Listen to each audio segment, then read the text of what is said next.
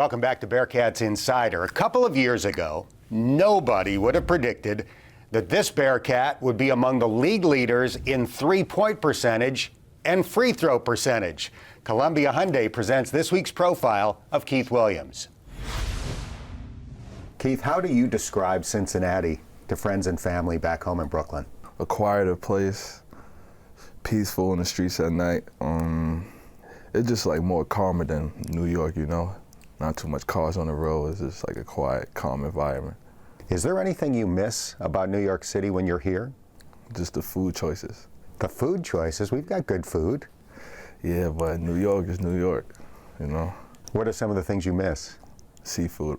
New York City seafood. You are closer to the water there, there's no question about it. Let's talk about your shooting. 2 years ago as a freshman, 15% threes, about 50% from the line. This year, you're in the top 10 in the league in both categories. How did you come that far in 2 years? Just staying in the gym, you know? I told myself, like, I wanted to improve as a player, so, like, I just, like, in the past, I think I changed my jump shot in like, May, so, you know, I just stuck to it. Stayed in the gym, shot tons of shots, you know, to try to improve it. Did you have a specific number? Were you one of these guys that was like, I'm going to take 500 threes a day or something crazy? No, I just shot a lot of shots, like twice a day. I just go into the gym and just shoot. Well, probably stay in the gym for like 2 hours. How about your technique? Did a coach work with you on your technique? Did you watch video? Did you watch Steph Curry?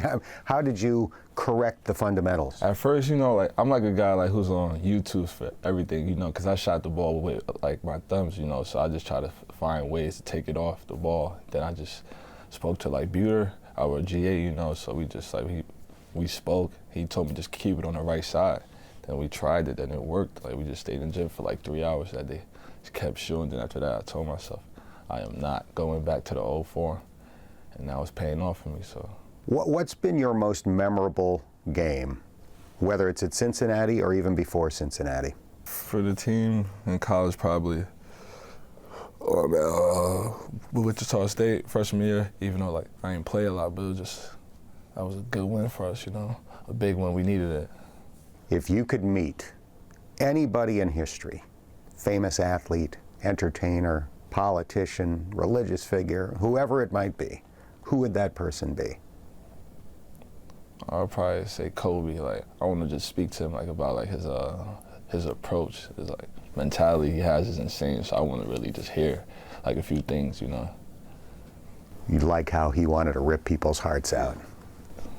Do you have some of that in you? Yeah, but I know he's just like, he probably could give me some pointers, you know, that I could use, because he was like a different beast, you know. Poignant timing. We did that interview before Kobe Bryant's tragic passing last weekend. It does speak to what Kobe Bryant meant to this generation of players. Well, he talked about it. It's the Mamba mentality, and every office should have a sign that says Mamba mentality when you enter. I mean, it's one of those things where it's focus, it's determination, block out all the noise, use your failure as fuel, and don't let what you've done in the past define what you are now. Like, continue to push the envelope and try to get better and better and better, and do it regardless of personal mood. If you don't feel well, it doesn't matter. Remember the countless games Kobe had bad games and he would stay afterwards and shoot when everybody was going home? Mm-hmm. That's the kind of stuff that you gotta have where you're in the office, where you're in the gym. And Keith did it, changed his jump shot, changed his game.